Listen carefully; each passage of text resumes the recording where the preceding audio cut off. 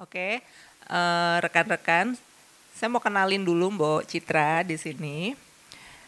Mbok Citra ini masih menetap di Bali, seorang seniman kontemporer yang karyanya berfokus mengungkap mitos dan kesalahpahaman seni budaya Bali.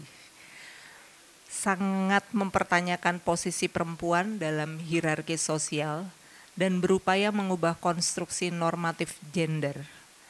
Mbok Citra lahir di Bali tahun 1990.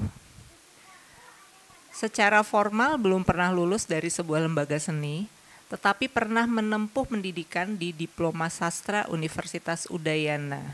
2008 ini masuknya atau waktu masuk ya? Masuk 2008. Agak lulus juga sih sebenarnya. Iya, tapi pernah tahun 2008 masuknya. Pernah juga di MIPA Universitas Pendidikan Ganesha, jurusan fisika. Kalau yang ini sengaja diselesaikan atau Agak lulus juga sih ditinggalkan sampai juga semester ya? 6. Keasikan berseni-seni ya. Oke, impian Mbok Citra sebagai seniman kembali tumbuh ketika ia bergabung dengan kelompok teater kampus dan menjadi ilustrator cerita pendek di Bali Post. Saat menjadi ilustrator, ia memperdalami dunia seni secara otodidak dan aktif mengikuti pameran di Bali maupun di luar Bali. Salah satu proyek jangka panjangnya, proyek Timur Merah, Harbor of Restless Spirits, dihadirkan di Garden of Six Reasons, Parasites. Parasite ini di mana, Mbak? Di Hong Kong. Yang ditampilkan ini adalah lukisan kulit sapi yang mencerminkan bahasa lukis kemasan Bali. Jadi tadi saya juga sempat lihat presentasinya Mbok Citra itu medianya ada yang kain, ada juga tadi yang kulit ya. Ada yang kulit, Mbok ya. Jadi macam-macam. Jadi macam-macam tadi yang ditampilkan, tapi juga di sini Mbok banyak menampilkan isu-isu perempuan dan juga kultur Bali di dalam karya-karyanya.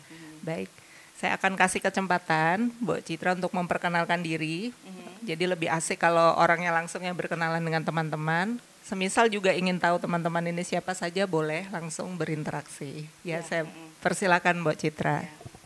Makasih banyak, selamat sore teman-teman. Senang sekali bisa berkenalan dengan teman-teman semua dan terima kasih pada Histeria sehingga saya bisa jalan-jalan di Semarang. Mungkin saya pengen tahu minat teman-teman di sini tuh lebih ke mungkin penciptaan karya atau penulisan, kuratorial. Saya belum belum cukup berkenalan dengan teman-teman di sini. Oke, selamat sore Mbak Citra. Nama saya Yunatra Wicaksana, di sini dipanggilnya Wicak. Terus saya mahasiswa seni rupa di Universitas Negeri Semarang, kesehariannya jadi ilustrator sama freelancer, desainer grafis. Terus untuk ketertarikan di Pekakota belajar tentang seni budaya dan urbanisme masyarakat, itu sih. Oke, nama aku Wina, sekarang mahasiswa tingkat akhir jurusan D4 Teknik Sipil di UGM. Terus kalau ketertarikan sama bidang seni, sejauh ini lagi tertarik sama seni berkomedi atau stand up comedy. Terus kalau ketertarikan sama kegiatan Pekakota, menarik banget gitu menggabungkan antara seni dan pengembangan kota warga gitu. Selamat sore Mbak Citra, saya Dewi, saya dari Sastra Indonesia Universitas Diponegoro.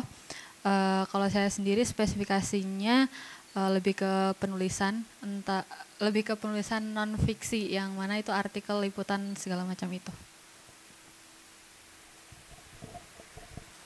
Assalamualaikum warahmatullahi wabarakatuh. Selamat sore, perkenalkan nama saya Muhammad Hazik dari Universitas Diponegoro, jurusan Sastra Indonesia. Untuk minat di seni, kayaknya baru cuman bisa menikmati seni, belum bisa menciptakan seni gitu. Jadi paling cuman bisa melihat seni-seni aja gitu. Biasanya di galeri yang ada di Kota Lama. Selamat sore Mbak Citra, perkenalkan nama aku Yasin Fajar, aku dari Pendidikan Matematika Universitas PGRI Semarang. Untuk ketertarikan seni, aku lebih tertarik ke dalam seni ke penulisan sih Mbak. Kali ini lagi sibuk-sibuknya nulis-nulis esai, nulis-nulis desain sih. Tuh. Selamat sore Mbok, perkenalkan aku Haidar dari Universitas Islam Negeri Wali Songo. Aku dari Prodi Ilmu Seni dan Arsitektur. Di Purwakarta ini aku tertarik belajar tentang gimana budaya dan urbanisme itu jadi suatu sustainability yang bisa dikembangkan gitu. Jadi dari situ kan kita bisa melihat gimana sih seni-seni yang ada di sekitar kita gitu. Mungkin saya pengen belajar itu gimana kita bisa menyatu dalam urbanisme. Mungkin itu. Selamat sore Mbak Citra. Salam kenal, saya Iza Nadia, bisa dipanggil Iza. Dari Undip, jurusan Sastra Indonesia. Minatnya untuk saat ini lebih ke penulisan juga sih. Selamat sore Mbak Citra. Perkenalkan saya Alfonsus Ferdias, bisa dipanggil Dias. Saya dari Universitas Telkom Bandung, jurusan Desain Produk. Saat ini untuk berkesenian saya mulai menggali lagi dari beberapa jenis, ada sastra, ada desain lagi, dan juga ada beberapa karya grafis lainnya. Terima kasih. Mungkin bisa saya perkenalkan, di belakang ada Mas Widodo Kabuddo. Beliau pelukis yang sangat kritis dan pernah tinggal di Bali lama sekali. Sekarang di Semarang, dan kita baru ketemu dari 2013 ya. Lama banget. Ya, hampir 10 tahun. Iya. Ya, setelah pameran itu ya. Iya. Ya. Salam kenal. Dan di samping partner saya, beliau penyair, penulis. Jadi teman-teman yang punya ketertarikan pada sastra bisa tanya-tanya juga. Dan Sakdeoke seniman, ilustrator dari Bali juga, ingin ikut kenalan dengan komunitas-komunitas di sini gitu. Sade ya. Mungkin ke presentasi aja Mbak ya. Gimana ya?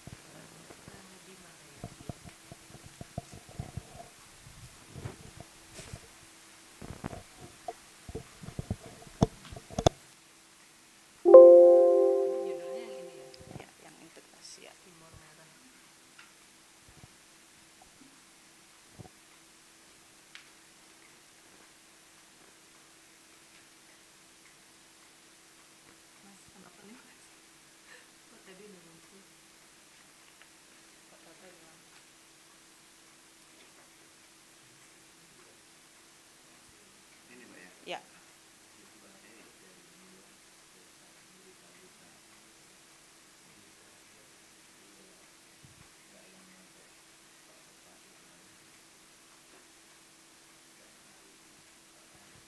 Oke. Mungkin di sini saya ingin berbagi pengalaman aja sih sebagai berupa otodidak dengan challenge-nya tersendiri, karena memulai belajar seni secara otodidak itu tentu mengalami berbagai macam tantangan, terutama saya tidak menempuh pendidikan seni dan memang harus mulai mempelajari seni itu dari nol gitu. Jadi kesempatan saya bersama kawan-kawan teater dulu di kampus, kemudian bekerja di Bali Pos kurang lebih sekitar 6 tahun. Saya mulai kerja di Bali Pos itu tahun 2012 sampai 2017. Nah, di sanalah saya melihat kompleksitas penciptaan karya seni yang tidak hanya menekankan pada aspek konvensional, estetik, kemudian secara fungsi. Jadi ketika saya bekerja sebagai ilustrator di sana, dan bos saya Oka Rusmini, seorang novelis di Bali, beliau menulis sebuah buku berjudul Tarian Bumi, juga mengencourage saya untuk riset, kemudian menjadi jurnalis dan menulis esai-esai yang berhubungan dengan seni budaya, terutama perempuan. Nah, di sanalah saya melihat bahwa seni itu sama saja dengan sastra sebagai sebuah bahasa yang bisa diimplementasikan dalam bahasa visual gitu. Jadi awal saya mulai terjun ke dunia seni, mulai mempelajari bahasa visual, saya banyak berlatih dengan cerpen-cerpen koran minggu itu sebulan tuh bisa baca 10 cerpen, dan dari 10 cerpen itu harus memilih 4 dan menuliskan membuat ilustrasi dari 4 cerita fiksi gitu. Nah, di sanalah saya kemudian seperti menabung bahasa-bahasa simbol, menggali, karena sastra tuh kan banyak kiasan, banyak kata-kata yang sifatnya kayak perlu kayak metafora dan lain-lain. Nah, saya juga menggunakan prinsip yang sama dalam karya-karya visual saya gitu. Dan ketika saya terjun ke lapangan dan meliput, pernah juga gabung dengan NGO di Bali, yaitu Bali Women Crisis Center, yang berfokus pada isu-isu perempuan, dari kekerasan rumah tangga dan sebagainya. Itu tuh sangat mengganggu saya sebagai seniman. Jadi cerita-cerita realitas yang saya dapatkan di masyarakat itu menjadi spirit saya berkarya. Karena ada banyak seniman mungkin bertumbuh dalam iklim komersil, sehingga mereka mempunyai visi membuat sebuah karya, ya bagaimana puncak kesenimanan, karir seniman mereka itu berakhir di ruang galeri misalnya. Tapi ketika saya berkesempatan untuk bertemu kawan-kawan dari lintas disiplin, dari sastra, dari dari aktivis, jadi saya menemukan visi lain dari karya-karya saya, yaitu bagaimana caranya menyuarakan dan kayak menggali apa sih akar masalah sosial di Bali, terutama masalah perempuan gitu kan, karena ada permasalahan adat, kemudian hukum waris, kemudian hak terhadap tanah yang tidak bisa dinikmati oleh perempuan, sehingga secara posisi sosial perempuan sangat lemah di Bali, dan itu membuat saya menggali apa yang bisa menjadi hipotesa di sini. Jadi di sini slide pertama merupakan hasil riset saya hampir 5 tahun di sebuah desa di Bali, namanya Desa Kamasan, di mana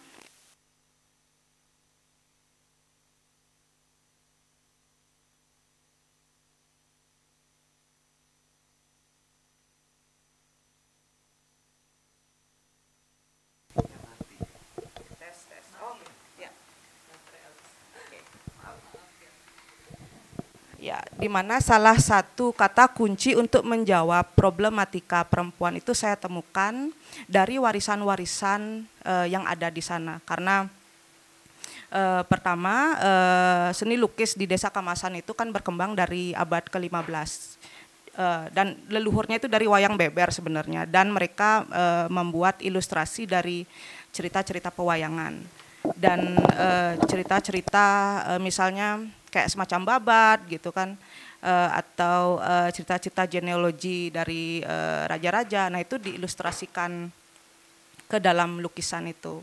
Nah, kemudian ketika saya mempelajari lebih jauh lukisan-lukisan kuno dan narasi-narasi yang kami warisi di Bali, itu hanya kayak berfokus pada heroisme laki-laki, dan ketika membicarakan tentang perempuan itu hanya terbatas pada fungsi mereka untuk prokreasi, melanjutkan keturunan, dan hanya menggambarkan kemolekan atau seksualitas figur perempuan sebagai sosok yang fertil gitu misalnya.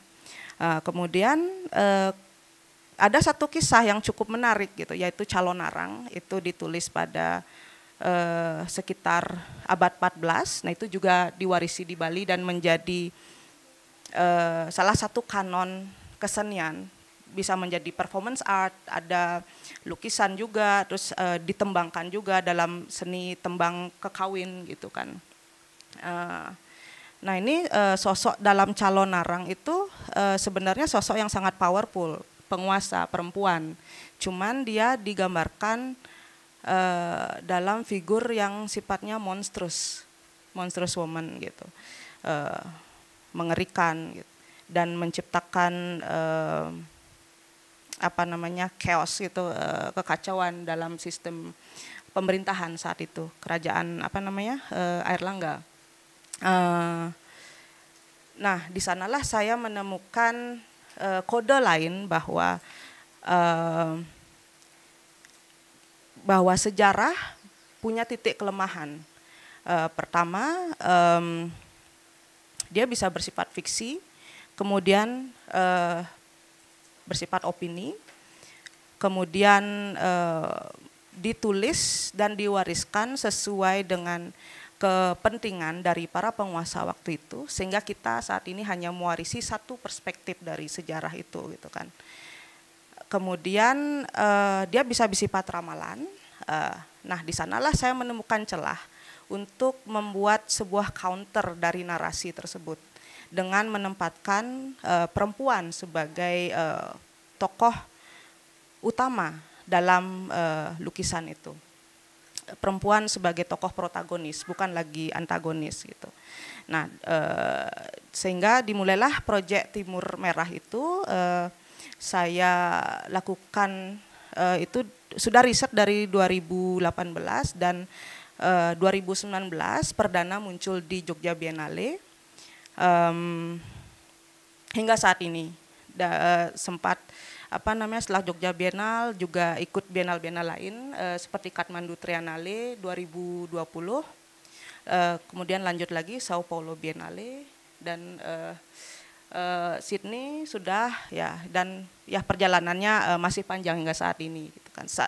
Karena saya memperlakukan sejarah itu seperti bagaimana caranya menemukan kepingan-kepingan puzzle untuk menciptakan narasi yang utuh dan statement apa sih yang penting untuk dibagikan di sini. Nah gitu. Jadi di sini teman-teman bisa membaca nanti esai yang saya tulis. Nanti kalau misalnya nggak bisa bahasa Inggris, nanti saya kirim ke email, mungkin bisa di share ke teman-teman. Ya, soalnya di sini sudah bahasa Inggris. Oke. Nah, kemudian ketika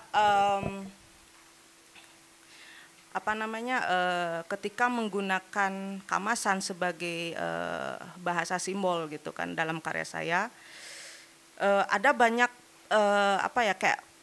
pengembangan dari karya itu gitu. Mungkin saya harus jelaskan dari awal apa itu kamasan. Nah, jadi kamasan itu sebenarnya sebuah desa yang ada di Klungkung. Dan karena penduduk desa itu memang ahli dalam menciptakan karya seni, mereka punya kemampuan untuk melukis, kemudian ada yang bisa menatah, membuat semacam kayak benda-benda seperti benda ritual dan lain-lain gitu. Jadilah dia satu desa itu mereka mempunyai skill seni yang cukup holistik. Jadi kemampuan itu diperoleh dari pewarisan teknik dari keluarga. Jadi karena kita nggak punya institusi seni dulu kan, jadi pewarisan narasi, pewarisan teknik itu sifatnya nyantri, ada guru yang mengajar gitu. Nah, namun sayangnya yang hanya diajarkan narasi hanya laki-laki di desa tersebut. Jadi yang bisa melukiskan sketch dan mengkompos gambar-gambar dan adegan apa yang ingin ditampilkan dalam bidang itu hanya laki-laki. Sedangkan perempuan karena dianggap mempunyai keterbatasan fisik seperti misalnya mengalami menstruasi atau hamil, dari segi kosmologi ritual dianggap dalam kondisi tidak suci, mereka tidak boleh melakukan kegiatan melukis itu karena sifatnya sakral. Makanya dalam sistem periode tertentu mereka hanya diperbolehkan untuk menjadi ahli warna dan mewarnai sketch-sketch yang dibuat oleh laki-laki gitu. Sampai akhirnya kemudian tahun 1950 ada seorang pelukis perempuan di Desa Kamasan namanya Nimade Suciarmi.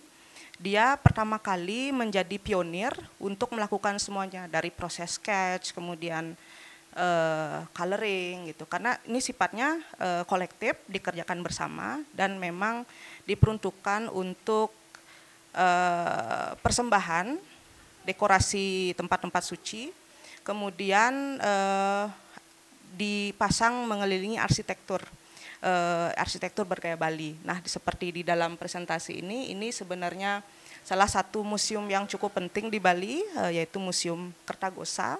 Itu salah satu peninggalan dari kerajaan Klungkung yang yang dikalahkan Belanda itu terakhir perang Puputan itu tahun 1908. Nah, jadi kerajaan itu sebenarnya sudah hancur lebur karena ada meriam mengelilingi kerajaan itu kan. Jadi nggak ada yang utuh sebenarnya kerajaan itu. Jadi yang tertinggal tuh hanya beberapa sisa-sisa peninggalan seperti kayak Kertagosa, Hall of Justice mereka sebut sebagai, dulunya itu sebagai tempat para bangsawan, putra-putri raja itu belajar semacam kayak homeschooling. Jadi yang gurunya itu dari kaum Brahmana. Nah, setelah Belanda menaklukkan kerajaan Klungkung, ini berubah fungsi menjadi tempat menjatuhkan hukuman bagi para narapidana. Jadi banyak sekali dulu kasus misalnya nggak bisa bayar hutang gitu, akhirnya raja mengeluarkan hukuman. Nah, jadi inspirasi hukuman itu dari lukisan dinding langit-langit di pavilion ini sebenarnya. Apakah dia di eksil ke pulau tetangga seperti Lombok menjadi budak atau dihukum mati dan lain-lain gitu. Jadi di sini narasi yang ada di lukisan ini itu adalah perjalanan dari neraka ke surga yang ditulis dalam sebuah teks namanya teks Bima Swarga. Itu Bima dari tokoh Mahabharata. Namun di sini spesifik melukiskan bagaimana perjalanan Bima menyelamatkan orang tuanya dari neraka dan kemudian diantar ke surga seperti Divine Comedy-nya Dante Alighieri yang bermula juga dari Inferno, kemudian lanjut perjalanan spiritual ke alam di antara yaitu di antara neraka dan surga, dan di alam itu apapun bisa terjadi. Nah, di sanalah menentukan apakah manusia itu bisa setelah kematian itu akan pergi ke surga atau neraka. Nah, semacam itu. Kemudian tidak hanya cerita dari perjalanan dari neraka ke surga, di sini juga ada pelelindon dan pelelintangan namanya. Pelelindon itu semacam ramalan seperti misalnya gini, karena di Bali itu kan semuanya masih tergantung pada sistem kosmologi termasuk kalender pun kita tidak mengikuti kalender Gregorian yang sistem 12 bulan itu. Nah, kita mengenal sistem musim, jadi kita punya 10 musim berdasarkan arah angin, kemudian gempa bumi, karena di Bali itu ada satu gunung yang aktif, Gunung Agung. Jadi setiap tahun itu pertanda-pertanda gempa itu menjadi suatu ramalan yang juga dilukiskan di sini. Misalnya kalau gempa itu terjadi bulan Maret dan di dalam prediksi di lukisan ini yang sedang semedi adalah Betari Durga. Jadi interpretasinya adalah kemungkinan akan terjadi situasi politik yang kacau. Jadi kemungkinan itu sebenarnya sudah diwariskan dalam simbol-simbol visual di sini gitu. Nah, kemudian setelah pelelintangan. Nah, pelelintangan itu lebih ke semacam hari baik. Seperti kapan waktu yang baik untuk melakukan ritual ada secara kosmologi ada ritual untuk dewa, kemudian ada ritual untuk manusia, dan ada ritual untuk alam bawah, makhluk-makhluk bawah kayak gitu. Jadi diatur di sana. Nah, jadi di sini saya melihat fungsi seni itu sangat-sangat kompleks. Tidak hanya sesuatu yang bisa kita pajang di dinding, tapi dia juga berintegrasi dengan space di luar visual itu gitu, yaitu kosmologi, situasi alam, atau karena kenapa sebenarnya kalender Bali ini harus terus diwarisi karena climate change itu benar-benar kayak terjadi gitu, dan sekarang tidak ada yang mewarisi pengetahuan untuk mewarisi ilmu kalender Bali itu sudah nggak ada, padahal kita yang berada dalam ring of fire itu sama sebenarnya secara culture gitu. Sempat saya pernah ketemu teman dari New Zealand, dia seniman yang mengerjakan dia bikin medium dari baklot, dari kulit kayu. Nah, di sana masih ada yang kita sebut mungkin shaman atau orang pinter gitu yang memang ahlinya di sana, membuat sistem kalender juga berdasarkan pergerakan matahari, pergerakan bulan gitu.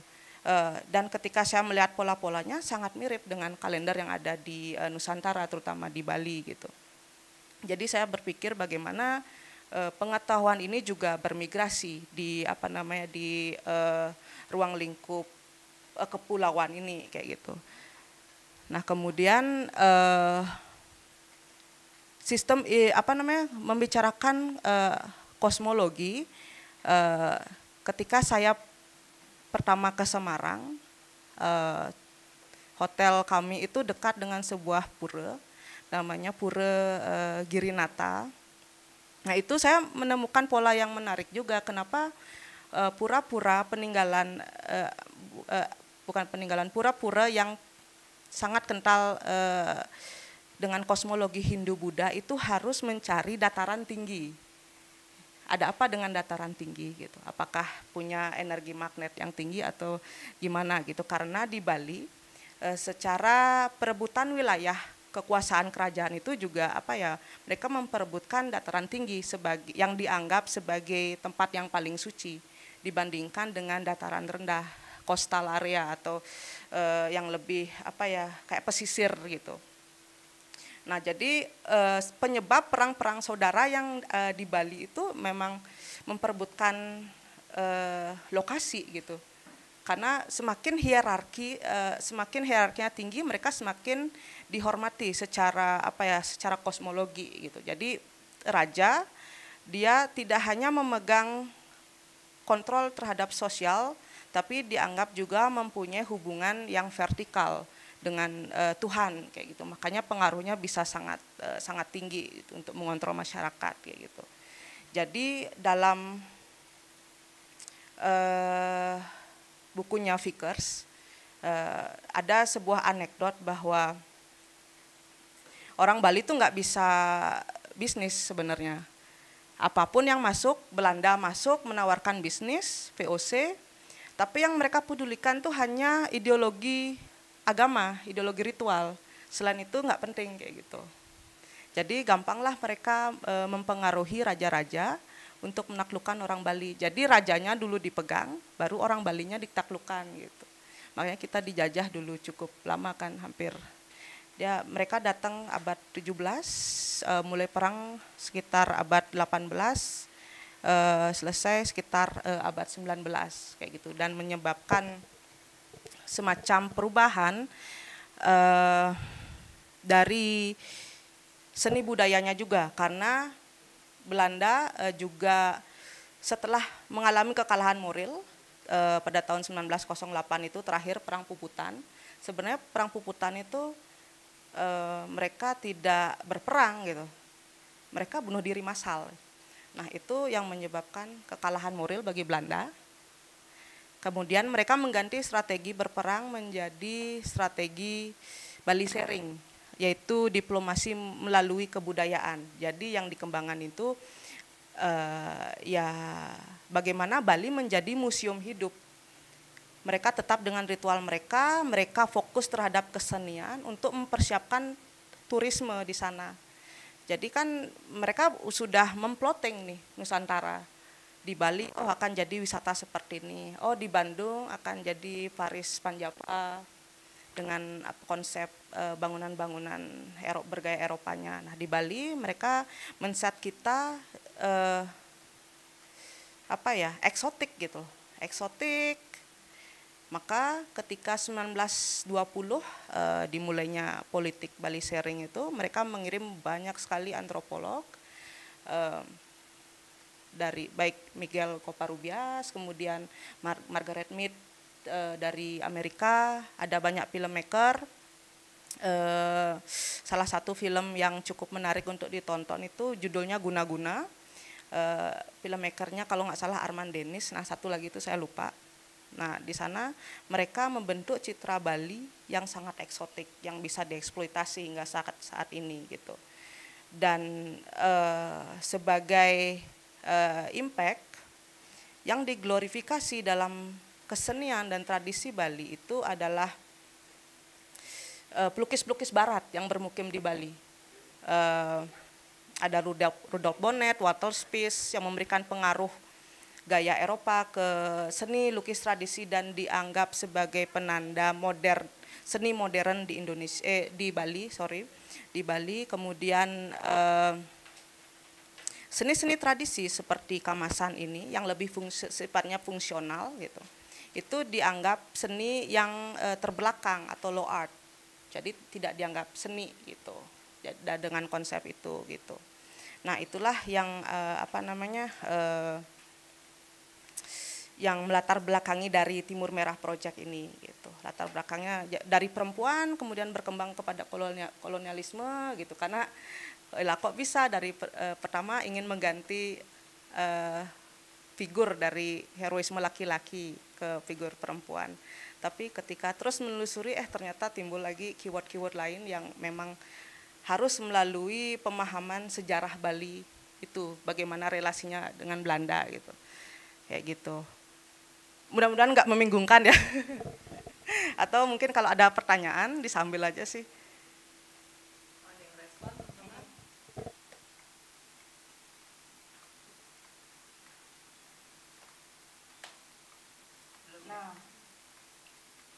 Nah di sini ketika mempelajari lukisan tradisi, saya juga tertarik terhadap bagaimana Zoetmulder itu dari bukunya Kalangwan. Zoetmulder itu kan sebenarnya di sini konteksnya kan sastra Jawa kan, kawi. Tapi sebenarnya bisa menyentuh juga ke persoalan seni gitu.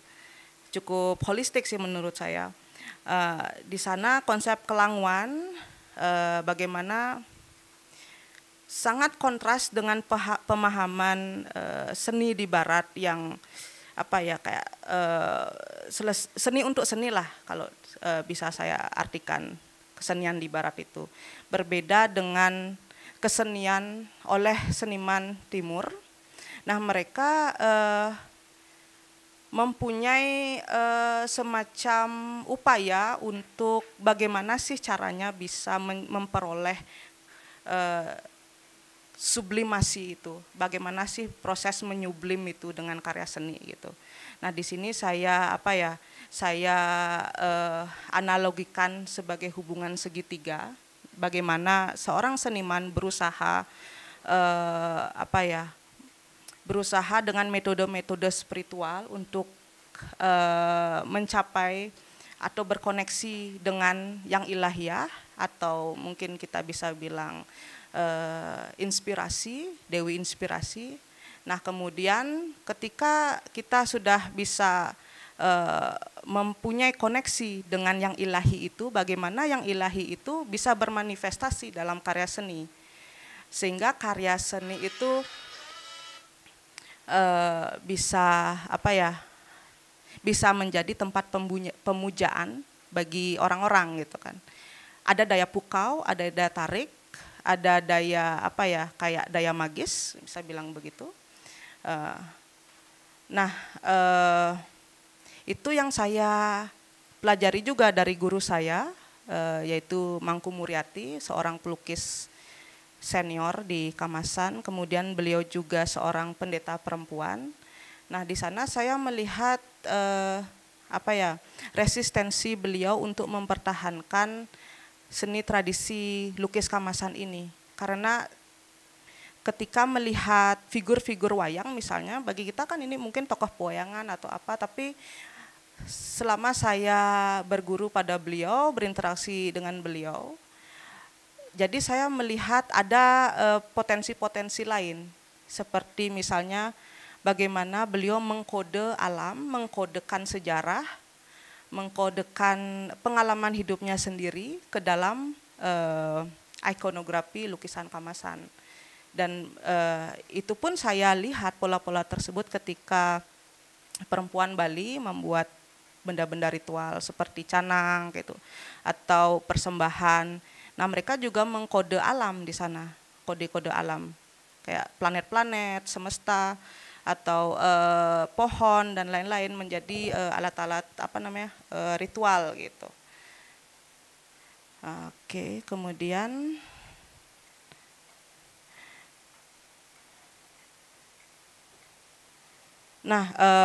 mungkin di sini saya juga ingin menjelaskan bagaimana Bali itu terikat dengan situasi kosmologis, tidak hanya dari lukisan, kemudian arsitekturnya juga.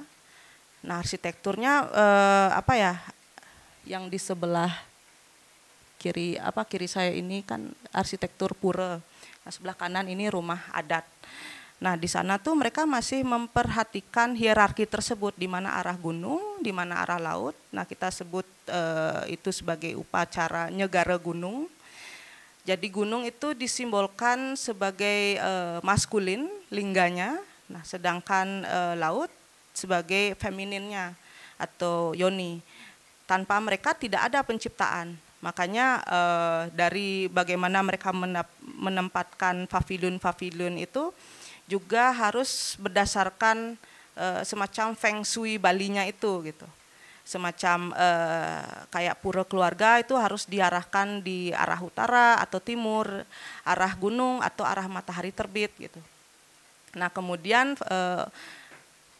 untuk anggota keluarga yang dianggap paling tua, misalnya orang tua gitu, kakek nenek, itu harus ditempatkan pavilionnya di arah utara atau timur.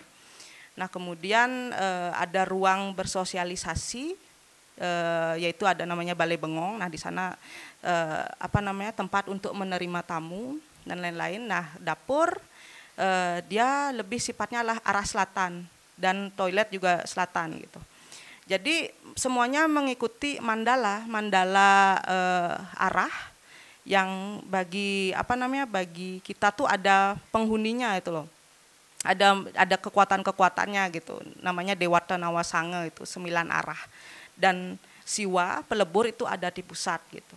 Jadi ketika mengamati bagaimana space itu diperlakukan, kemudian bagaimana secara fungsi itu juga ditempatkan pada posisinya masing-masing gitu. Saya merasa ini juga seperti tubuh gitu, yang kita sebut mikrokosmos. Dan space itu ruang keluarga, rumah ataupun tempat ibadah itu sebagai makrokosmosnya yang mengikuti fungsi tubuhnya itu sendiri gitu. Dari mana kita menyambut tamu gitu kan, ada gerbang masuknya, mulutnya gitu, torsonya di mana dan tempat pembuangannya di mana itu alurnya tuh sudah diatur. Nah, dalam sebuah manuskrip itu ditulis dalam manuskrip Astakosala Kosali namanya. Astakosala Kosali, prinsip-prinsip arsitektur tradisional Bali yang menggunakan konsep pengukuran melalui anggota tubuh. Pakai siku, tangan atau kaki. Jadi ada aturan-aturan tertentu yang harus diukur melalui anggota tubuh dan menjadikan arsitektur Bali itu sangat fungsional gitu. Fungsional bagi si keluarga yang akan menempati rumah tersebut gitu. Kemudian ada aturan bahwa tinggi rumah tidak boleh lebih dari pohon kelapa dan lain-lain karena medan energi petir dan lain-lain seperti itu. Jadi itu akan cukup safe buat keluarga itu untuk terhindar dari bencana alam. Nah, prinsip-prinsip itu sudah dilanggar dan berkembang perumahannya menjadi perumahan minimalis bergaya Skandinavian dan lain-lain, dan itu sangat tidak relevan gitu. Karena ketika saya mengamati wilayah-wilayah lain seperti Lombok, kemudian Sulawesi, mereka itu menciptakan arsitektur itu memang sesuai dengan kondisi lingkungan. Ya kalau lingkungannya sering gempa ya mereka bikin rumah kayu gitu. Kalau rumah beton ya pasti bahaya sih ketimpa gitu kan. Nah kalau misalnya rumah Bali, mereka dindingnya tuh menggunakan temboknya tuh menggunakan tanah sebagai lapisan dinding. Jadi mereka tidak menggunakan beton. Mereka bikin batu bata pertama dan dilapisi oleh tanah. Nah itu berfungsi untuk menyerap hawa udara. Jadi di malam dia hangat karena dia menyerap udara hangat di siang hari gitu kan. Di siang hari dia cukup dingin karena dia melepaskan yang dari malam hari gitu. Jadi ada sifat yang sirkulatif di sana kayak gitu. Mungkin ada pertanyaan dulu. Soalnya agak jadi kemana-mana nih. Membicarakan kosmologi ya.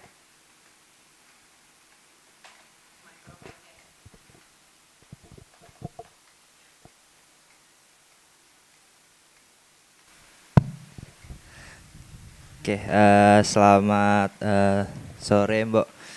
Saya ingin bertanya mengenai mitologi sebagai kekaryaan. Nah, misalnya dalam mitologi itu kan bisa dilihat kadang ada beberapa versi. Nah, menurut Mbok sendiri ketika menjadikan mitologi itu sebagai kekaryaan, versi mana yang dijadikan kekaryaan? Apakah versi yang Mbok yakini atau semua versi yang Mbok ketahui? Mungkin seperti itu. Misalnya contohnya kayak mitologi terciptanya Pulau Bali gitu. Ada beberapa versi. Nah, Mbok itu lebih memilih untuk membuat versi yang diyakini atau semua versi yang diketahui? Mungkin seperti itu. Ya, pertama saya menyadari privilege menjadi seniman itu adalah bermain dan seenaknya sendiri gitu. Tidak ikut aturan apapun. Itu keuntungan yang saya dapatkan karena tidak berkuliah seni. Jadi saya bebas mempelajari disiplin ilmu apapun, mau klinik, mau apa gitu bebas. Nah tapi dalam proses menjadikan itu sebuah karya butuh formulasi. Nah di sanalah saya memanfaatkan ilmu fisika saya dalam membuat formulasi itu. Jadi untuk mengintegrasikan mitologi ke dalam karya, pertama saya akhirnya mendapatkan 3 tahapan gitu. Fondasinya dulu dibangun, kayak membangun rumah gitu. Fondasinya dulu. Nah fondasinya itu apa gitu? Akal kultural kita, karena kita tidak bisa berbohong. Sebab saya menyadari tubuh kita tuh semacam flash disk. Dengan pengalaman sosial, realitas yang kita alami, kemudian akal kultural apa sih yang kita alami. Kalau saya sebagai orang Bali, ya saya kayak mengalami didikan orang tua Bali itu seperti apa, termasuk bagaimana mereka mengajarkan saya untuk membuat benda-benda ritual, upacara-upacara keagamaan. Nah itu memori-memori ritual itu menjadi salah satu inspirasi dalam saya merancang karya gitu. Makanya saya mempermainkan berbagai macam pengalaman sensori dalam karya saya dan bagaimana saya memperlakukan space itu sebagai space teater. Jadi rancangan instalasi yang mengajak siapapun untuk menjadi pemeran di dalamnya. Makanya ketika orang-orang berfokus membuat karya lukis hanya untuk dipajang di dinding atau sifatnya 2 dimensi gitu kan misalnya, saya kembali lagi pada apa sih akar dari seniman kita dulu gitu, bagaimana mereka berkarya zaman dulu gitu. Bahkan mereka ya anggap aja bikin candi gitu, hebat sekali gitu.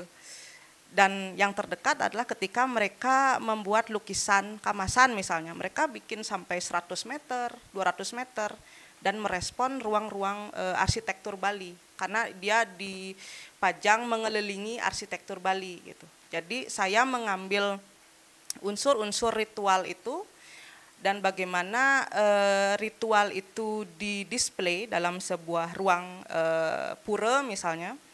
Nah, dan bagaimana dramaturgi ketika lukisan itu didisplay akan mempengaruhi orang-orang yang masuk ke dalam space tersebut gitu. Jadi ketika saya melukis, saya tidak begitu memperhitungkan alur cerita. Jadi saya bikin mengalir saja, bebas, dan lebih merespon memori kultural dan koleksi-koleksi narasi yang saya dapatkan.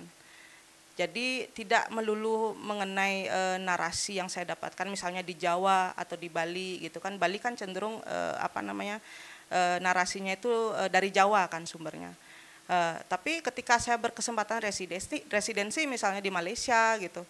Jadi saya mendapatkan cerita-cerita yang menarik juga di sana. Nah, itu yang menjadi tools saya untuk menciptakan kosmologi baru dalam karya saya. Gitu.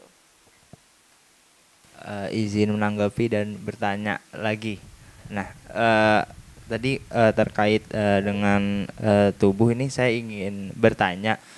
Saya perhatikan sedikit di Instagram Bu ini kan ada beberapa karya yang menampilkan bagian sensitif tubuh perempuan. Nah, kira-kira ada nggak sih tanggapan negatif atau dan gimana gitu cara Mbok menyikapi tanggapan-tanggapan dari masyarakat yang memandang itu sebagai hal yang kurang baik atau negatif, mungkin seperti itu. Ya, sebenarnya itu kan persepsi ya. Memang sih ketika karyaku ini dipamerkan di ruang-ruang tertentu, aku mempertimbangkan apakah wilayah itu sensitif atau tidak gitu. Termasuk kemarin saya berkesempatan pameran di Arab, udah pasti nggak bisa, nggak pasti nggak bisa telanjang gitu. Waktu itu proses negosiasinya panjang karena pemerintah Arab itu riset karya saya. Awalnya saya diundang, habis itu ditolak gitu. Oh ya nggak apa-apa. Tahu-tahu balik lagi ada gini, oh diterima gitu. Karena mereka membaca riset saya gitu. Jadi saya juga meriset di Bali itu ada desa Islam pertama di Bali Barat. Saya nggak tahu di sini ada nggak ya karyanya sebentar. Oh ada ya ini. Nah ini dipamerkan di Riyadh Biennale, Riyadh. Nah saya riset di Bali Barat, kemudian meneliti kampung Muslim pertama di sana, yaitu orang Loloan. Kemudian saya memperhatikan pola-pola akulturasi kebudayaan yang terjadi antara Islam dan Hindu yang ada di wilayah pesisir barat itu, yang menurut saya cukup luar biasa gitu loh nilai-nilai toleransinya gitu, karena bahkan pura dan masjid pun mereka bertetanggaan dan tidak pernah terjadi konflik. Nah ketika saya mempresentasikan nilai-nilai toleransi itu ke kurator, mereka tertarik gitu loh untuk mengenali lebih jauh sejarah Islam di Indonesia. Nah, jadi saya masih dalam frame yang sama mengenai perempuan. Nah, saya ya akhirnya bernegosiasi dengan ikonografi yang lebih diplomatis Nah, di sini saya menampilkan sifat-sifat Tuhan yang feminim, yaitu rahim gitu. Jadi saya banyak membuat pola-pola rahim di dalam seni sulam, nah dari Jembrana. Dan satu sisi adalah obat-obat herbal yang ada di Al-Quran dan juga diwarisi oleh penduduk setempat di sana. Nah, jadi saya membuat ilustrasi itu dan mengajak komunitas untuk bekerja sama membuat sulam ini. Karena teknik sulam ini sudah cukup lama dan hampir punah karena nggak ada pasar. Nah, jadi itulah akhirnya saya menyadari peran seniman tidak hanya bekerja di dalam studio dan membuat karya secara individual, tapi luar biasanya adalah mereka juga bisa mengajak masyarakat untuk berkolaborasi dalam dalam karya seni gitu. Dan hingga saat ini saya masih bekerja sama dengan mereka untuk menciptakan proyek-proyek saya selanjutnya gitu. Jadi ada batas-batas negosiasi di sana. Bukan berarti tidak mungkin gitu. Ya.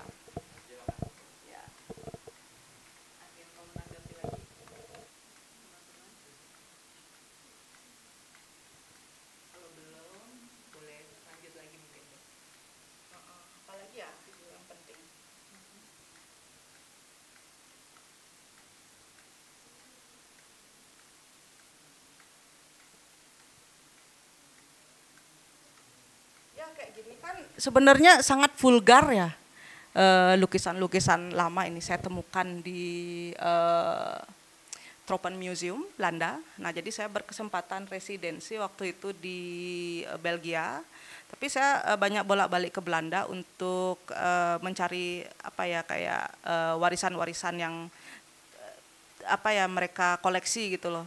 Walaupun saya juga pengen tahu benda-benda apa sih yang dijarah di sana gitu. Termasuk manuskrip-manuskrip penting dari Bali gitu.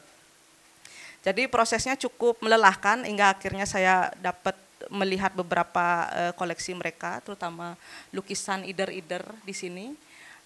Jadi sebenarnya bagaimana palus dan vulva itu diperlihatkan dalam tradisi Hindu, tradisi Tantra. Mereka ada semacam kaitannya dengan Buddhisme, Tantra Buddhisme, itu sebagai penolak bala sesungguhnya. Makanya mereka percaya kehidupan atau kreasi itu tidak akan terjadi tanpa peleburan energi maskulin dan feminin. Nah, kemudian simbol-simbol palus, simbol-simbol vulva itu sesuatu yang dianggap sakral, yang mampu kita sebutlah seni rerajahan namanya, rerajahan Bali. Jadi seni yang hanya bisa dilukis dan digambar oleh orang-orang tertentu seperti pendeta misalnya. Mereka sudah melalui proses inisiasi, proses disiplin tertentu sehingga mereka mampu menerjemahkan doa-doa atau mantra ke dalam seni visual yang bisa kita sebut rajah itu. Nah, secara fungsi dia itu misalnya ketika orang Bali membuat bangunan rumah pertama mereka itu di blessing dulu kan oleh pendeta, dan blessing itu bisa melalui drawing atau gambar yang ditempatkan di fondasi atau di pintu utama dari rumah tersebut gitu. Nah, ada fungsi lain seperti penolak bala gitu misalnya dalam upacara-upacara Hindu ritual yang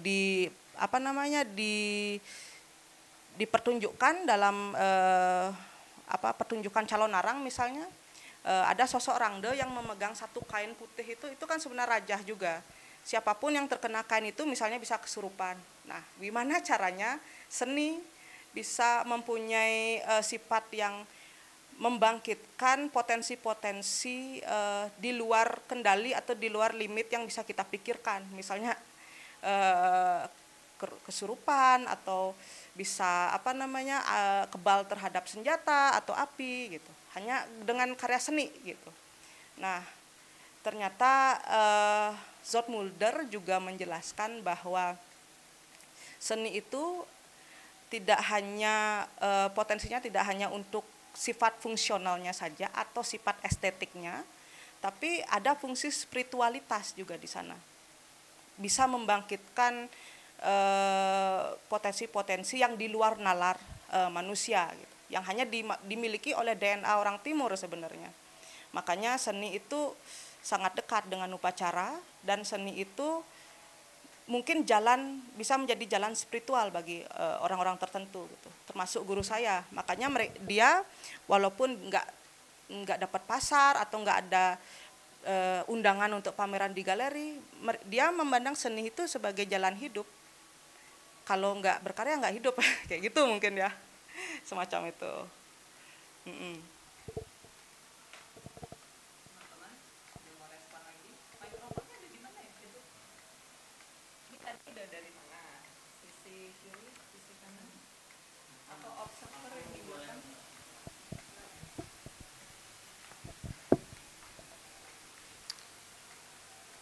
Oke Mbak, mungkin saya ingin sedikit bertanya, melihat tadi Mbak juga sempat ngebahas tentang arsitektur Bali tradisional, yang kita ngeliat seluruh Indonesia kan punya tradisionalitas masing-masing, dan emang arsitektur tradisional Nusantara kita bagus gitu, mereka benar-benar bisa memperhatikan lingkungannya dan kebudayaannya jadi satu kesatuan. Misalkan di Bali dari ideologisnya Trimandala, Triharta, Trihita Karana, dan agama dan lingkungannya itu bisa menjadi satu kesatuan. Nah, tapi kan ada muncul suatu permasalahan di era modern ini, orang-orang pada meninggalkan. Nah, mungkin ingin menanyakan ya, tren peninggalan dari rumah adat ke modern itu sudah menyebar ke seluruh Bali atau mungkin di daerah-daerah yang padat gitu. Mungkin yang daerah-daerah barat situ mungkin kondisinya seperti apa, penasaran itu sih. Kalau dari pengamatan saya, desa-desa yang cukup jauh dari pusat perkotaan atau modernitas, mereka masih menerapkan rumah adat ini. Karena pertama dari segi tanah itu mereka banyak punya, maksudnya kayak warisannya banyak gitu kan. Jadi mereka nggak punya problematika terhadap lahan. Tapi masyarakat urban, properti sudah sangat mahal misalnya, mereka nggak punya, warisannya habis gitu kan, dimakan oleh investor, biasanya orang bule sih, Rusia sih sekarang banyak. Mereka memang kesulitan, mereka tergusur sendiri orang-orang ini, jadi mereka menyingkir nih ke daerah-daerah gitu, balik lagi ke kampung halamannya, dan realita yang tidak bisa dihindari sih, bagaimana orang Bali itu sudah tidak punya awareness untuk mempertahankan warisannya sendiri gitu, dan wajah Bali ya sudah jauh berbeda sih dengan arsitektur yang estetik sifatnya tanpa memperhatikan fungsinya. Kalau misalnya di desa itu kan karena kalau di kota kan permasalahannya kan pembuangan sampah. Nah kalau di Bali itu mereka udah punya solusi, yaitu tebe itu. Tebe itu adalah misalnya suatu area perumahan, dan paling belakang dekat toilet itu mereka punya semacam jurang kecil tempat mereka merecycle residu-residu rumah tangga. Nah aku ingat betul residu-residu itu kan sebenarnya sesuatu yang bisa degradable gitu loh. Sampah-sampah dapur, terus yang organik dan lain-lain. Nah masuk awal 2000-an itu sudah mengenal adanya plastik. Plastik itu awalnya tuh yang nggak ada problem sebenarnya wilayah Tebe dan pembuangan itu. Nah ketika plastik itu dibuang jadi masalah banget gitu. Ya bau, ya kondisi air bermasalah gitu. Kemudian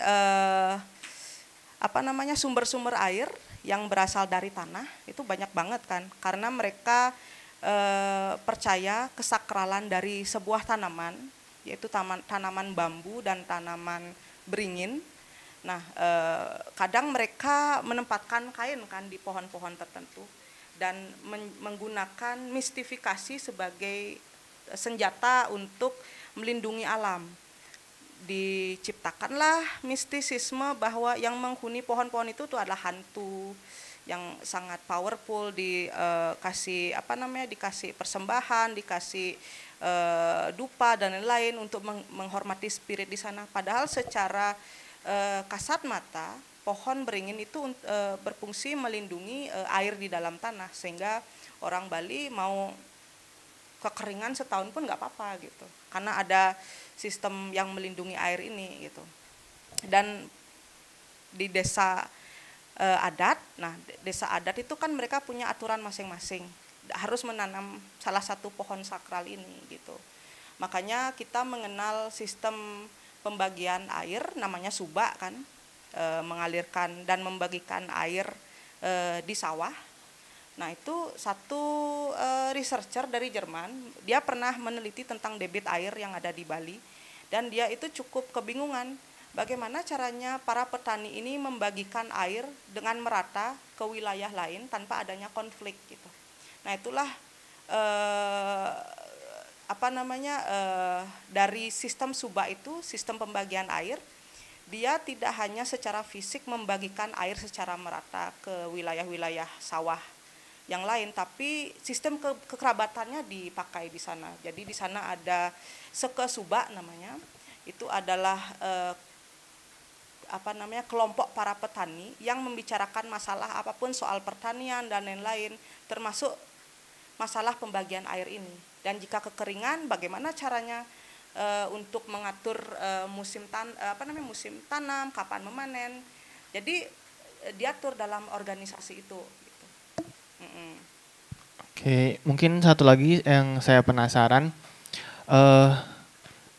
jika nggak salah nih kan jika kita melihat penataan rumah adat Bali, kawasan adat Bali itu tuh sangat dekat dengan salah satu desa Hindu, atau bisa dibilang kayak apakah penataan itu tuh dampak dari kedatangan Hindu di Bali atau enggak gitu. Soalnya jika dilihat tuh ada sebuah desa di Lombok, Cakranegara, kata Pak Marco kemarin, itu tuh kan kampung Hindu yang mempunyai tatanan itu hampir serupa dengan tatanan yang ada di Bali sekarang. Nah jadi saya ingin bertanya apakah rumah adat dan tatanan di Bali sekarang itu tuh terdampak oleh kedatangan Hindu atau emang dari penduduk asli, dan juga apakah form atau penataan rumah itu dipakai oleh semua masyarakat yang ada di sana atau memang terkhusus ke masyarakat yang beragama Hindu atau lainnya gitu. Mungkin mau bertanya itu. Ya, kalau misalnya di Bali itu gini, jadi sebenarnya yang banyak mempengaruhi itu Majapahit sebenarnya. Jadi keruntuhan Majapahit karena ada kayak kelompok bangsawan, pendeta dan raja-raja kecil yang menolak diislamkan. Nah, mereka lari ke Bali dengan membawa teks-teks penting kan di sana dan membuat kerajaan Bali yang berkiblat ke Jawa gitu. Jadi semua sistem sosial, sistem masyarakat juga bercermin terhadap kebudayaan Jawa zaman dulu gitu. Nah, kemudian makanya konsep mereka membangun rumah itu kan seperti mandala kan, yang mengikuti arah mata angin gitu, 9 arah mata angin. Nah kemudian di Bali itu ada 3 indigenous orang Bali asli, selain orang-orang eksil dari Jawa nih, Abad 15. Sebelum itu ada orang Bali aslinya yang kita sebut Bali Age. Secara ritual itu sangat berbeda dari orang Majapahit Hindu gitu, karena mereka hanya kenal pemujaan terhadap gunung, orang-orang Bali Age ini, sedangkan Majapahit gunung dan laut. Makanya secara arsitektur rumah mereka sangat berbeda. Orang-orang Bali Age ini mereka ritualnya tuh sangat-sangat kuno ya, terutama bagaimana mereka menempatkan dapur misalnya. Dapur kalau di lingkungan Hindu Hindu pada umumnya, orang-orang Majapahit ini mereka menempatkan konstelasi makrokosmos ke dalam rumah misalnya. Kenapa dapur dekat dengan pintu masuk? Karena itu dianggap sebagai lapisan ozon. Jadi benda-benda asing yang masuk ke bumi kan terbakar. Nah, jadi ketika ada tamu masuk ke dalam rumah, dia harus melewati dapur itu karena simbolisasi Dewa Brahma, misalnya Dewa Api. Jadi kalau ada makhluk halus atau santet atau apa, dianggap sudah dibakar di dapur gitu, misalnya seperti lapisan ozon itu. Nah, kalau di Bali Age, mereka sifatnya komunal, lebih komunal, tidak mengenal sistem kasta atau warna. Jadi mereka sistem hierarkinya tuh berdasarkan siapa yang paling tua dan paling muda gitu. Dan kemudian dapurnya tuh untuk bersama. Jadi ada sistem distribusi pangan yang sangat merata. Makanya mereka punya lumbung-lumbung tertentu yang diperuntukkan untuk membagi jatah misalnya beras secara merata ke seluruh anggota keluarga gitu.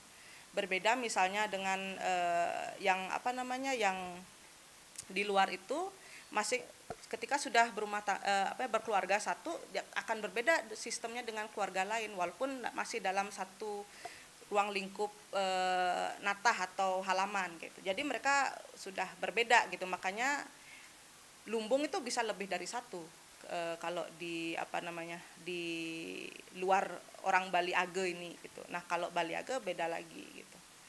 Jadi secara ritual beda, secara arsitektur pun jadi beda gitu. Ya. Oke, ada yang mau sambung? Mas Angga di belakang. Boleh minta tolong?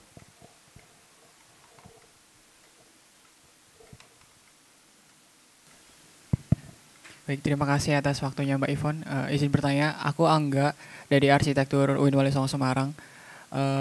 Tadi udah disinggung juga tentang arsitektur, aku mau nyambung sedikit. Kemarin kan kita juga habis dari Desa Panglipuran, Mbak. Di sana itu aku tanyakan, sebelum menjadi desa wisata tuh kan karena salah satu kita datang ke Desa Panglipuran karena desa terbersih, pengaturan limbah dan lain sebagainya udah diatur. Nah, aku tanya sama warga lokalnya, sebenarnya ini tuh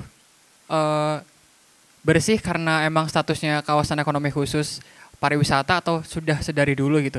Dan kata warga lokalnya, ini udah dari dulu Mas, udah bersih kayak gini, tapi karena dikomersilkan dan lain-lain akhirnya juga nambah bersih gitu. Nah, aku mau nanya, ini kan tadi di kosmologi ini udah kayak ada penanaman pohon sebagai pengendali air agar tidak kering.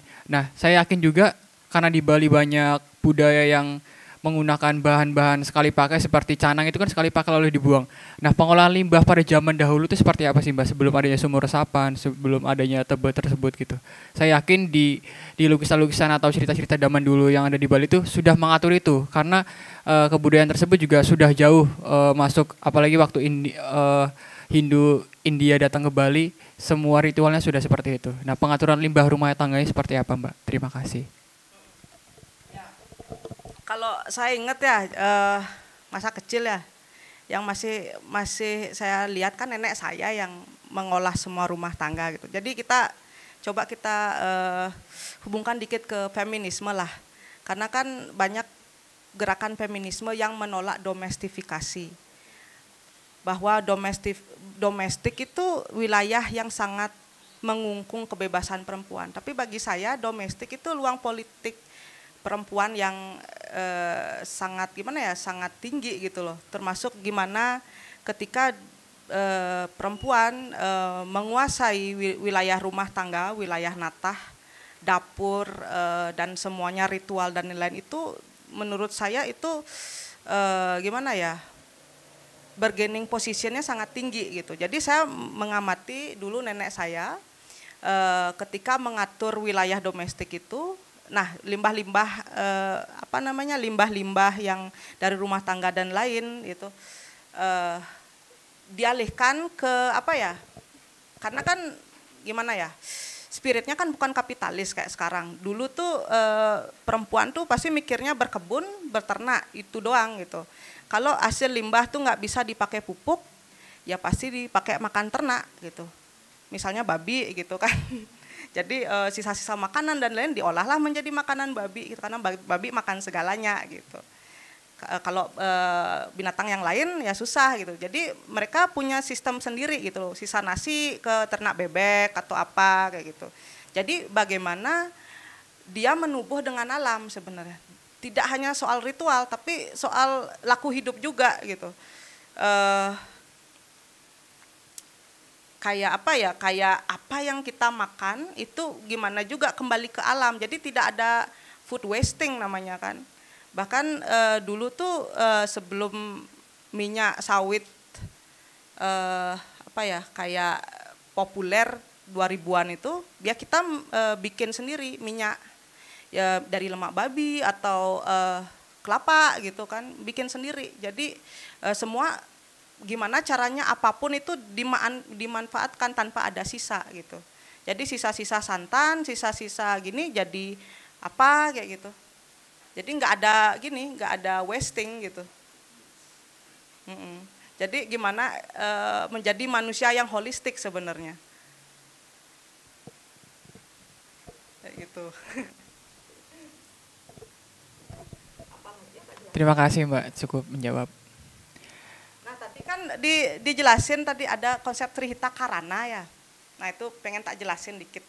Jadi Trihita Karana itu merupakan tujuan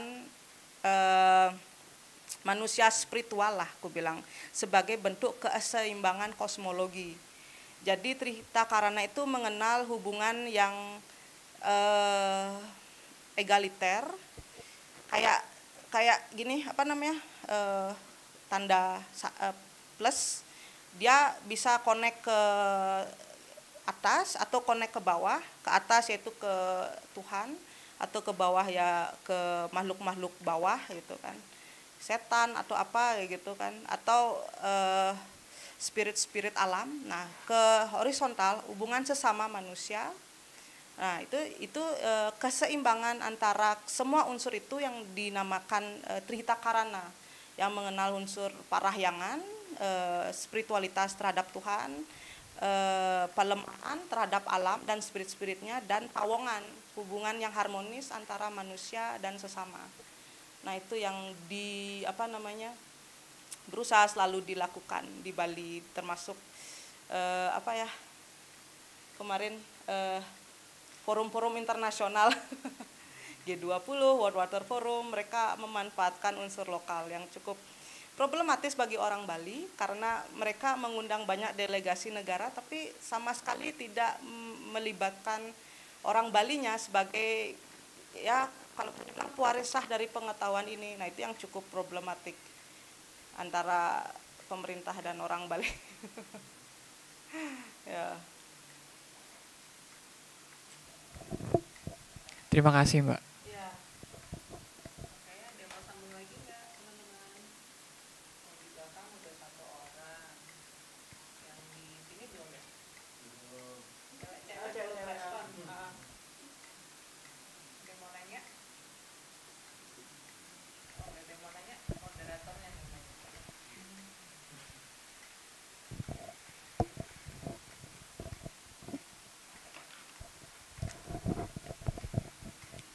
Moderator boleh penasaran juga ya, Mbok.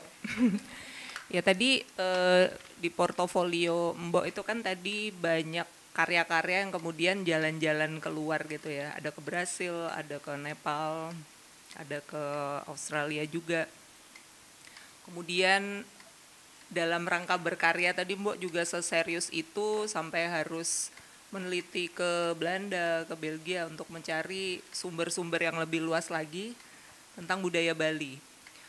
Dan saya ini paling senang bertemu seniman yang berkarya itu berasal dari daerah tertentu dan sangat paham tentang budayanya. Karena sekarang ini kalau kita cari seniman yang terkenal, kontemporer, kalau ditanya tentang budayanya sendiri, itu kadang-kadang tidak semenguasai itu gitu kan. Kalau ditanya, wah Bali masa lalu seperti apa, tadi kan ditanyanya sampai mundur, Mbok Citra masih paham juga gitu kan. Bukan Bali yang sekarang aja, tapi juga Bali yang masa lalu itu seperti apa. Sehingga dalam berkarya itu benar-benar tertampilkan dengan kuat. Nah, ini ada pengaruhnya nggak dengan karya Mbok ini begitu diminati di berbagai belahan dunia? Jika kira-kira itu tidak mengangkat budaya tertentu, apakah bisa semeluas itu? Menurut Mbok sendiri gimana? Kalau aku sih nggak memikirkan itu sih, impact yang seperti itu. Karena pertama ketika baru memulai memulai karir gitulah, pameran dan lain-lain, saya banyak mengamati respon. Jadi karya, karena saya kan tidak tahu apa yang baik dan buruk dari karya saya sebelumnya, sampai akhirnya itu dipamerkan. Akhirnya saya menerima banyak feedback dan lain-lain, kritik, cibiran dan lain-lain gitu. Itu realitas menjadi seniman, sindiran, nah seperti itu. Jadi itu menjadi formulasi saya untuk bagaimana sih caranya menciptakan karya yang sifatnya universal secara bahasa dan tidak perlu dijelaskan saya asalnya dari mana. Mereka juga sudah mempunyai semacam mungkin sifat arketip ya. Mereka juga punya akar seperti itu, tapi juga terefleksi dalam karya saya gitu. Itu surprise juga gitu loh, melihat impact seperti itu gitu.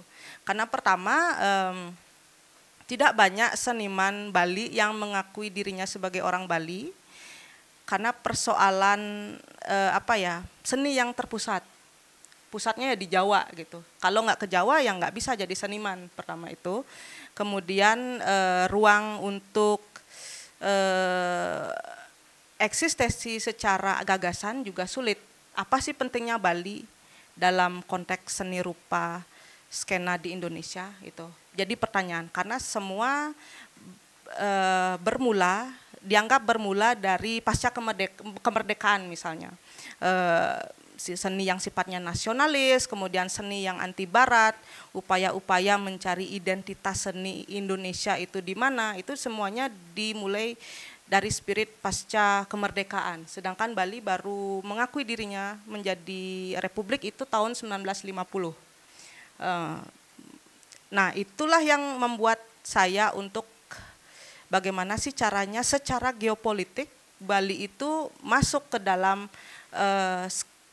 diskursus dunia yang sedang berlangsung saat ini. Nah, waktu itu saya tidak memperhitungkan sama sekali, hanya mengimani saja apa yang saya lakukan dengan dengan framing bahwa saya mencari akar masalah, kemudian mencoba mencari mungkin solusi-solusi kecil dari permasalahan sosial dan permasalahan perempuan yang ada di Bali misalnya. Karena banyak yang tidak percaya seni itu tidak bisa menjadi problem solving, tapi bisa kecil dan lama, butuh komitmen jangka panjang gitu, nggak cuma sekedar pameran dan mendistribusikan isu, tapi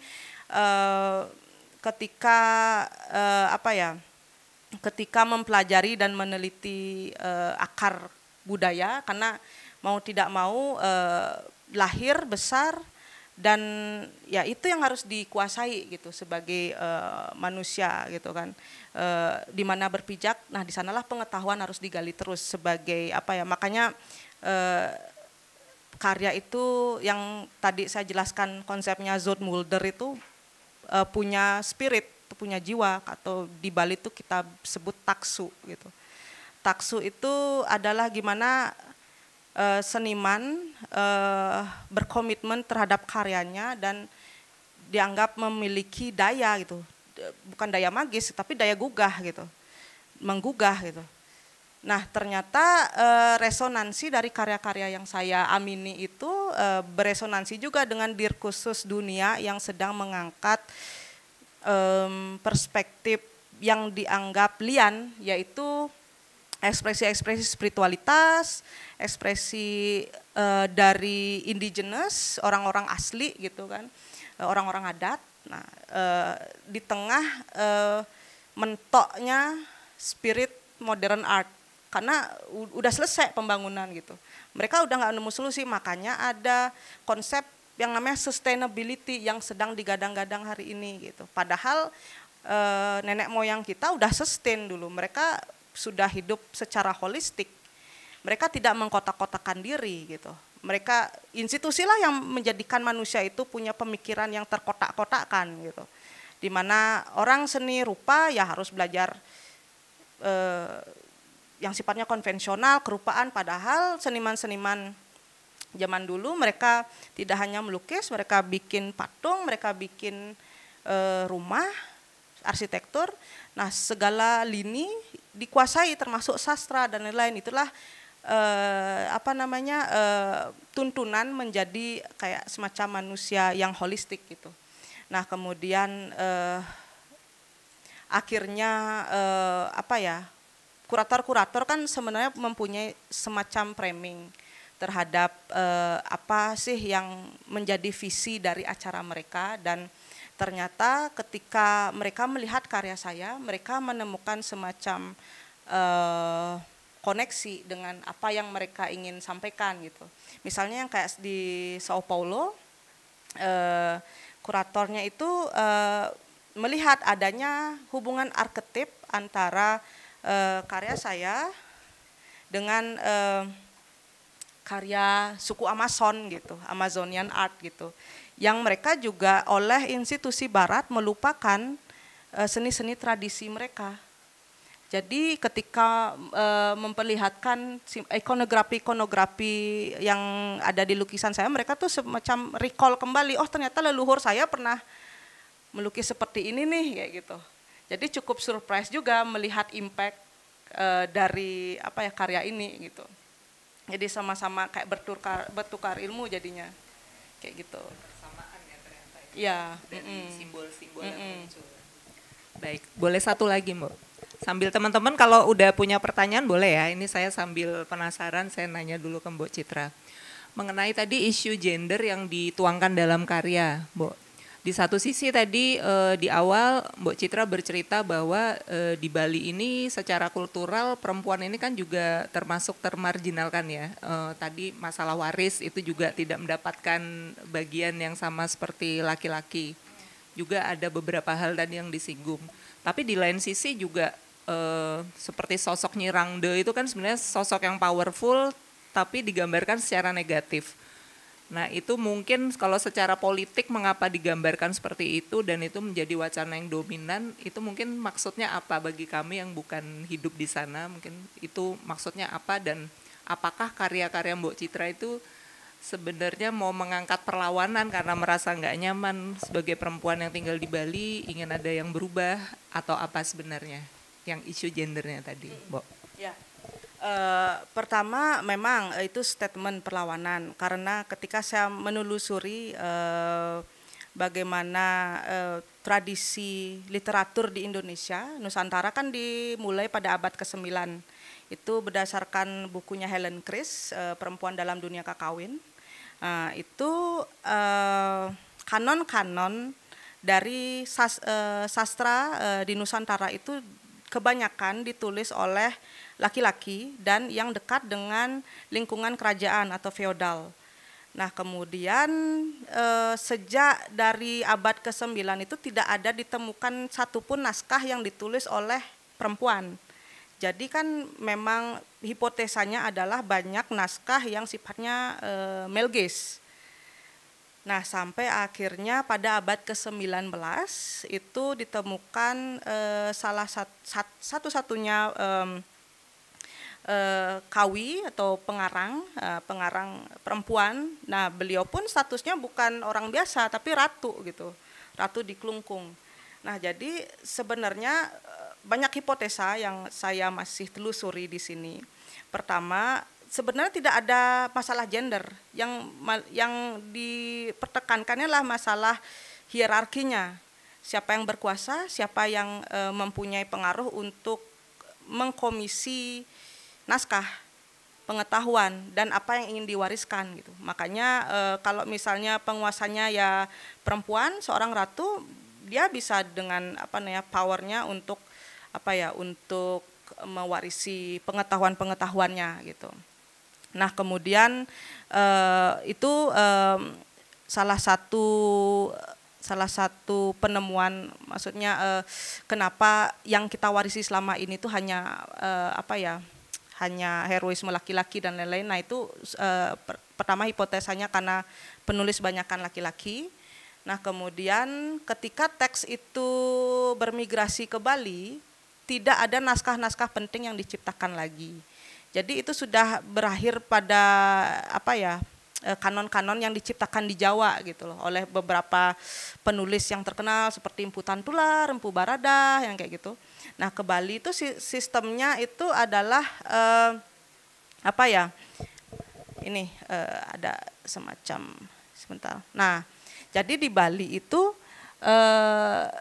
diilustrasikan sebagai tradisi misalnya menulis puisi itu enggak yang kayak sekarang kan dipublikasi, didistribusi gitu kan oleh penerbit. Tapi di sana ya seperti kayak hobi yang misalnya metik daun, ada inspirasi ditulis di daun gitu, habis itu hilang gitu. Tapi bagaimana oral tradisi yang bekerja gitu. Jadi dari karya seorang penyair dia menyebutkan salah satu syair misalnya, itu didengarkan oleh banyak orang dan bagaimana narasi oral ini juga tersebar luas dan terdevelopment juga karena saat disampaikan satu begini nanti udah berkembang lagi ya kayak gitu. Jadi itulah yang pola-pola seperti itu yang menarik ingin saya retas dan kemudian saya masukkan ke dalam narasi saya di karya saya gitu. Karena literari saya tidak menggambarkan lukisan kamasan. Seperti ini kan dari cerita Panji nih yang dari Jawa gitu. Kisah pangeran yang kayak berperang, kemudian mengalahkan satu wilayah kerajaan, kemudian memperistri putri-putri dari kerajaan yang kalah itu jadi hobinya yang ngoleksi istri gitu. Beranak pinak, ngoleksi istri. Jadi banyak cerita Panji yang menggambarkan cita-cita seperti Kama Sutra, seksualitas dan lain-lain kayak gitu. Jadi dalam versi saya memang membuat antitesis dari naskah kanon yang hanya misalnya raja tuh kan digambarkan sebagai keturunan dewa. Nah di sana dalam versi saya memang literari menggambarkan sifat Tuhan itu adalah perempuan, lebih feminin, dewa-dewa dalam rupa perempuan, raja-raja dalam rupa perempuan. Nah seperti itu. Jadi benar-benar mengcounter aja sebagai statement itu gitu. Kemudian respon para orang lokal di Bali melihat karya Mbok gimana? Nah pertama ketika masuk ke dalam komunitas lokal itu memang sulit karena mereka punya trust issue karena mereka selalu curiga dengan orang luar yang ingin menyerap sesuatu tapi tidak ingin memberikan mereka sesuatu gitu. Jadi kayak merasa tereksploitasi gitu mungkin ya. Kayak banyak peneliti yang masuk kayak di sana, tapi si peneliti itu tidak memberikan kontribusi apapun terhadap masyarakat misalnya. Jadi proses yang terjadi itu sangat lama, apalagi mereka punya semacam barrier bahwa tidak ada yang boleh melukis Kamasan selain orang yang lahir dan penduduk desa Kamasan. Jadi proses pendekatannya cukup lama, makanya pertama dengan mengoleksi karya mereka, mempelajari tekniknya, mempelajari narasinya, intens ngobrol dan lain-lain. Nah, akhirnya saya karena saya bekerja juga dengan komunitas dari Kamasan untuk beberapa ikonografi yang tidak saya bisa kerjakan. Nah, jadi mereka mulai trust dan masuk menjadi bagian yang sifatnya kolaboratif dalam karya saya. Jadi ya tidak ada unsur eksploitasi dan lain-lain gitu. Dan saya cukup surprise 5 tahun saya bekerja bersama mereka yang awalnya mereka kan membuat figur-figur tuh banyak figur laki-laki. Sekarang banyak perempuan. Ya tapi tidak berani melukis telanjang seperti saya karena mereka masih memikirkan aspek moralitas di sana bahwa wayang itu nggak boleh telanjang kayak gitu, harus pakai busana dan lain-lain kayak gitu. Nah ketika mereka melihat karya saya dengan warna, tapi dengan sistem perspektif yang berbeda. Mereka sangat wayang, jadi ada semacam kekakuan anatomis di sana. Nah kalau dalam versi saya tuh dia lebih anatomis, lebih ke tubuh yang sifatnya fluid gitu loh. Nah di sana tuh mereka kayak, oh ini bukan kamasan, karena mereka menganggap itu hal yang asing, walaupun saya memakai warna, memakai ikonografi yang sama dengan mereka, tapi mereka tidak serta-merta bilang itu juga kamasan kayak gitu. Jadi memang seniman itu harus berinovasi sih, dan hingga akhirnya itu berimpact dengan cara kerja mereka yang lama itu membutuhkan waktu sih. Jadi tidak serta-merta ya. Ya. Prosesnya cukup panjang dan penerimaannya juga perlahan. Ya. Dengan Betul. konsep-konsep baru yang dikembangkan. Baik. Ya. Menarik sekali. Teman-teman ada yang mau nanya lagi nggak?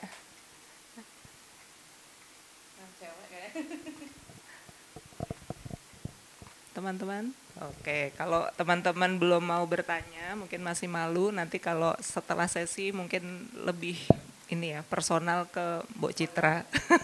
Baik, oke kita akhiri sesinya sampai di sini. Untuk ngobrol-ngobrol lebih lanjut boleh langsung ke Mbok Citra. Kemudian kalau mau melihat koleksi karya-karya bisa dari mana Mbok? Dari Instagram. Jadi terpampangnya di situ ya, di Instagram. Oke. Terima kasih banyak Mbok Citra, tadi sudah banyak berbagi tentang budaya Bali, tentang bagaimana proses berkaryanya, isu-isu apa saja yang diangkat dalam karya-karya. Saya jadi penasaran, ingin lihat juga itu gambar-gambarnya seperti apa yang diangkat, media-medianya juga tadi ada banyak ya, supaya bisa lebih banyak menggali lagi apa yang dilakukan Mbok Citra. Oke, kita tepuk tangan untuk sesi kita yang udah kita selesaikan. Setelah ini kita akan berfoto bersama.